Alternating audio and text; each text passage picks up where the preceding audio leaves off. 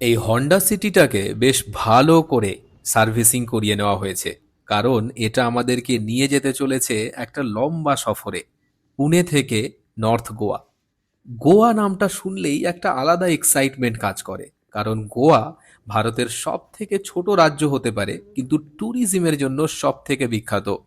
ভারত ছাড়াও বিভিন্ন দেশ থেকে প্রচুর ট্যুরিস্ট প্রতি বছর এখানে ঘুরতে আসে।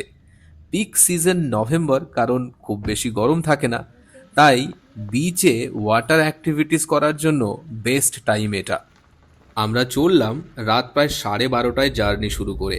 450 কিলোমিটারের রাস্তা প্রায় 9 ঘন্টা দেখায়, তবে সেটা ব্রেক নিয়ে 12-13 ঘন্টাও হতে পারে। রাত্রেবেলা ড্রাইভিং করার একটা আলাদাই মজা, তবে রাতে ড্রাইভিং করার আলাদা একটা কারণ হলো মর্নিং ট্রাফিক অ্যাভয়েড করা আর গোয়াতে সকাল সকাল পৌঁছানো। গুগল ম্যাপে রাস্তা আলাদা করেই সেট করা থাকে, তাই সাঁতারা হয়ে গোয়ার রাস্তাটা নিয়ে নিই। প্রথম দিকে 6 লেন হাইওয়ে, তাই বেশি অসুবিধা হয় না, পরে 2 লেন। ভোরবেলাতে গাড়ি রাস্তার সাইডে দাঁড় করিয়ে আমাদের পেটের খিদে মেটানোর পালা। খাবার তৈরির মোটামুটি সরঞ্জাম গাড়ির মধ্যেই আগে থেকেই ছিল, অন্তত ম্যাগি তৈরি করে নেওয়ার মতো। তাই বিউটেন গ্যাস দিয়ে বার্নার জ্বালিয়ে আমাদের 4 জনের ম্যাগি খাওয়ার একটা প্রবন্ধন চালু হয়ে গেল। সেলফ ড্রাইভ জার্নির কিন্তু এটাই বেশ একটা আলাদা রকম মজা। এরকম ড্রাইভে ফ্রিডম থাকে বেশ, জিনিসপত্র হাতে বয়ে নিয়ে যাওয়ার ব্যাপার নেই, যেখানে খুশি দাঁড়িয়ে যাওয়া, আর বেশি ক্রাউডও অ্যাভয়েড করা যায়। যাই হোক, ভোরবেলা একদম ফাঁকা রাস্তায় ড্রাইভের মজা নিতে নিতে চলা, আর মাঝে মাঝে রাস্তার ধারে একটু দাঁড়িয়ে যাওয়া বেশ একটু ভালো সিনারি বা সিনিক বিউটি দেখে। এগুলোই তো এই জার্নির মেন ফান, যেগুলো পাবলিক মোড অফ ট্রান্সপোর্ট যেমন ট্রেনে বা ফ্লাইটে করে আসলে হয়তো হয়ে উঠতো না। আমাদের হোটেল আগে থেকেই বুক করা, তবে হোটেল বলা ভুল, এয়ারবিএনবি। এটা একটা সুন্দরভাবে সাজানো 2 BHK ফ্ল্যাট, যেটা আমরা 3 দিনের জন্য ভাড়াতে নিয়েছি। তাতে কমপ্লিট ফেসিলিটিস অ্যাভেলেবেল থাকবে, বেশ একটা আলাদা রকমের ভাইবস। সকাল হতেই বাকিরা সব একদম ঘুমে মগ্ন। আমার কিন্তু বেশ ভালোই লাগে এরকমভাবে ড্রাইভ করতে। তেমন থাকান যদিও আমার মনে হয় না, বরং আরও এনার্জি পেয়ে উঠি।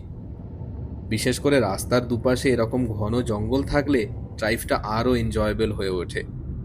তাছাড়াও হন্ডা সিটি গাড়ি বেশ সুন্দর সার্ভিস দিল। এত স্পিডে চালালেও গাড়ির কন্ট্রোল কিন্তু খুবই ভালো। আচ্ছা, এবার বলে রাখি, আমরা 4 জন মানে কিন্তু আমি, মোমো, বাপুজি আর মামুনি। রিক থাকলে আর একটু বেটার হতো বোধহয়, তবে যাই যাই হোক, তার কাজের জন্য আসতে পারেনি। গাড়ি চালিয়ে অনেকটা যাবার পর এই জায়গাটাতে এসে দাঁড়িয়ে গেলাম।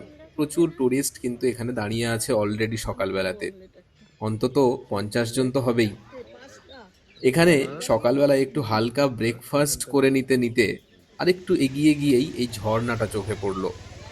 এটার নাম আম্বলি ঘাট ওয়াটারফলস। সবুজে ঢাকা পাহাড়ের মাঝখানে এই ফলসটা দেখতে একটা আলাদা রকমই সৌন্দর্য লাগে। এখান থেকে বেশ কিছুটা সময় কাটানোর পর আবার আমাদের রাস্তা চলা শুরু। পাহাড়ি রাস্তা ছাড়িয়ে যখন আমরা সমতলের দিকে নেমে আসি, তখন গরম যেন ধীরে ধীরে আরো বাড়তে লাগলো।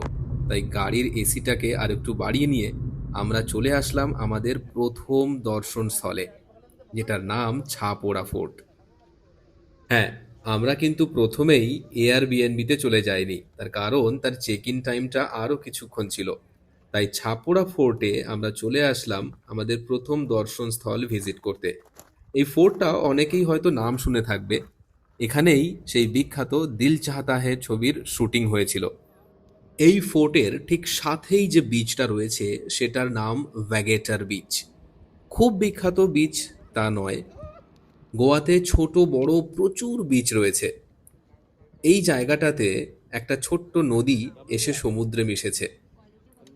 আর ছাপোড়া ফোর্টের ঠিক অপোজিটে ওই যে দূরে বিচটা দেখা যাচ্ছে, তার নাম হচ্ছে মরজিম বিচ। ওটা নর্থ গোয়ার আর একটা বিচ।